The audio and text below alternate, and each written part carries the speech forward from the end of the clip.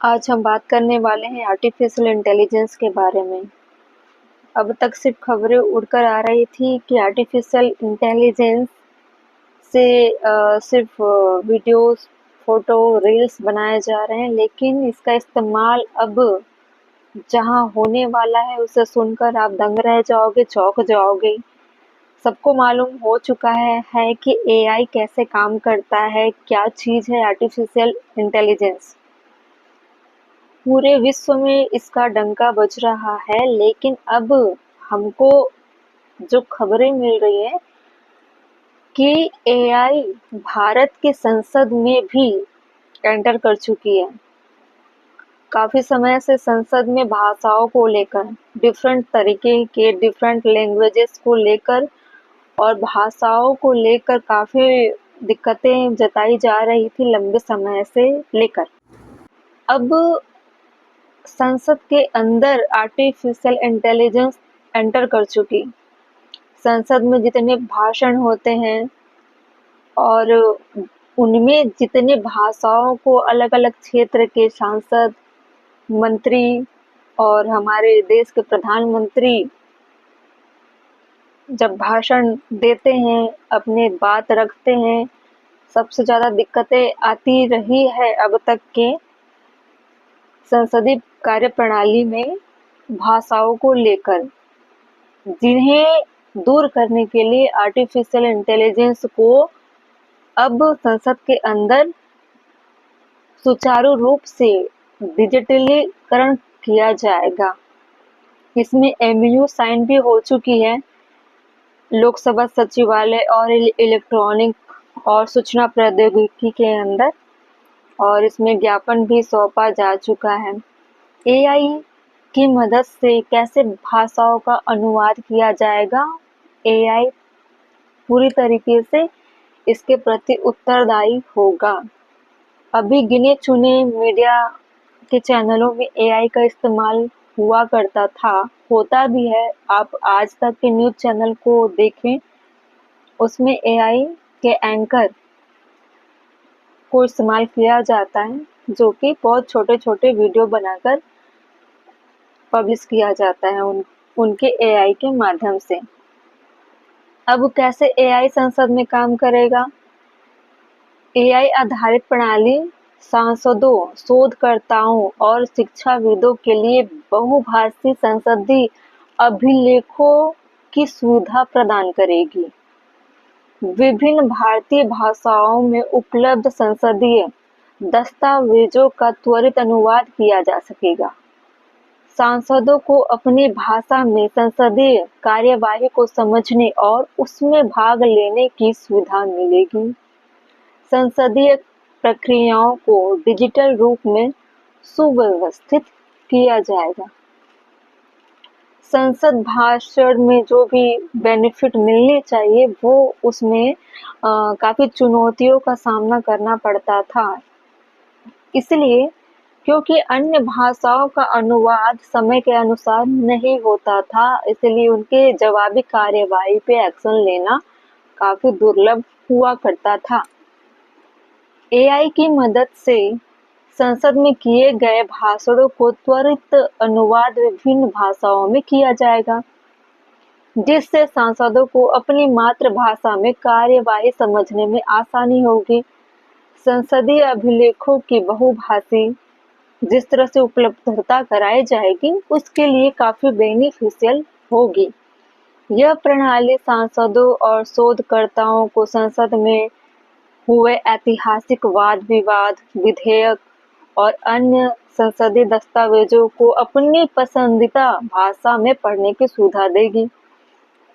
Digital और डिजिटलकरण एक technology, higher level की टेक्नोलॉजी कहा जाए तकनीकी के क्षेत्रों में, उनमें सशक्तिकरण भी देखा जा सकता है अगर संसद के अंदर देखा जाए। अब तक हम लाइव प्रसारण देखा करते थे, लेकिन अब अनुवाद होते देखेंगे बहुत सारे भाषाओं के आधार पर। संसद में एआई के प्रवेश से कार्यवाही को अधिक सुव्यवस्थित और प्रभावी बनाया जा सकेगा। यह डिजिटल इंडिया पहल के तहत महत्वपूर्ण कदम साबित होगा। तकनीकी के क्षेत्र में इसका फ्यूचर भी काफ़ी अच्छा होगा और यह पहलू बहुत अच्छे आयाम लेकर आ सकती है संसद के कार्यप्रणाली को लेकर। और मुझे लगता है कि टेक्नोलॉजी का इस्तेमाल करना बहुत ही संसद के भाषणों को प्रभावी बना सकता है और जितने भी विधेयक या योजनाएं, जितनी भी चीज़ें निकल कर आएगी अब उसमें काफ़ी फायदा मिल सकता है, जो पेंडिंग ना होकर त्वरित चीज़ें उपलब्ध कराई जा सकती है लोगों के लिए, पब्लिक के लिए। डेमोक्रेटिक जितनी भी चीज़ें हैं, उनके फंडामेंटल्स हैं, उनको प्रभावित बनाया जा सकता है। पहले लोगों के द्वारा काम कराया जाता था लेकिन काफ़ी समय लगा करता था। अब एआई के माध्यम से कम समय में, समय से पहले जहाँ 2 साल का कोई योजना है, उसे 6 महीने के अंदर हो सकता है पब्लिक के बीच लाया जा सकता है। मतलब पेंडिंग वाली चीज़ें ना होकर त्वरित होगी समय से पहले। एआई और मशीन लर्निंग के बढ़ते प्रभाव को देखते हुए संसद में एआई का उपयोग लोकतांत्रिक प्रक्रियाओं को अधिक पारदर्शी और समावेशी बना सकता है। यह पहल भारत की विविध भाषाओं को सशक्त बनाने और डिजिटल युग में संसद को अधिक प्रभावी बनाने की दिशा में एक महत्वपूर्ण कदम है। संसद के कामकाज और उनके डिजिटल रूप को एक अच्छे आयाम पर लेकर जा सकती है।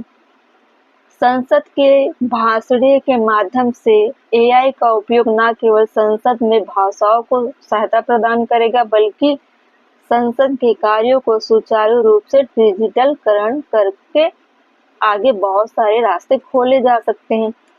यह पहल बेसिकली डेमोक्रेटिक प्लेटफॉर्म को सुचारू रूप से बनाने के लिए किया जा रहा है, ताकि तकनीकी बदलाव की सहायता से संसद में होने वाले जितने भी भाषण हैं उसमें त्वरित एक्शन, त्वरित कार्यवाही, बिना देरी किए समय से पहले योजनाओं का लाभ देश में लोगों के बीच, देश में लोकतंत्र के बीच लाया जा सकता है। यही थी संसद के अंदर आर्टिफिशियल इंटेलिजेंस की भूमिका और उनका काम किस तरह होगा, अब हम एआई के माध्यम से देखेंगे। सबसे बड़ी बात यह भी है कि इंसानों के माध्यम से जितने भी गलतियां थी वो छुपाई जाती थी, सामने निकल कर नहीं आती थी कि खामियां कहाँ है, किस पार्टी में, किस नेता में, किस सांसद में। बहुत सारे ऐसे 2 नंबर के काम भी होते हैं संसद के अंदर जो बाहर नहीं आ पाते हैं, लेकिन आर्टिफिशियल इंटेलिजेंस वो एरर बताती है, गलतियां रिवील करती है। हो सकता है पहले जो काम हुआ करते थे संसद के अंदर वो अब एआई के माध्यम से नहीं होगा। मशीन कभी गलतियां नहीं छुपाती, रिवील करती है, तो एक्सपोज भी कर सकती है। जैसे ग्रुप कर रही है एक्सपोज, तो बहुत सारी गलतियां जो छुपाई जाती थी वो बंद हो जाएगी। एआई काफी अच्छा है और इसे आगे का फ्यूचर भी बहुत अच्छा देखा जा सकता है। ठीक है, करप्शन के मामले बहुत थे, एआई के माध्यम से करप्शन के मामले भी शांत हो जाएंगे, क्योंकि जो भी देश में पब्लिक के लिए आते थे 2 नंबर के काम, नेताओं के बीच हेर फेर और धन का आना जाना, किस तरह से बजट बनाना, ये सारी चीजें एआई अगर करने लगे तो पैसों के लेन देन में गलतियां भी पकड़ी जा सकती हैं।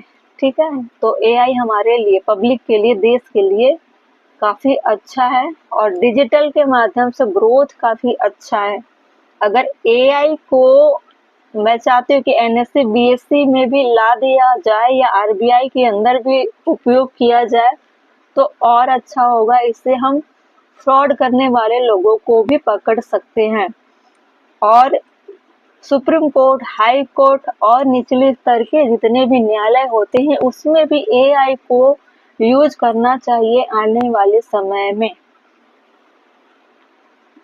तो पूरी तरीके से कहा जाए, एआई को हर बड़े संस्थान में, बड़े पदों पर, बड़े बड़े प्रशासन में, बड़े बड़े ऐसे जगहों पर इस्तेमाल करना चाहिए जहाँ पे करप्शन की चीजें ज्यादा होती हैं। ठीक है, यही थी आज की अच्छी खबर।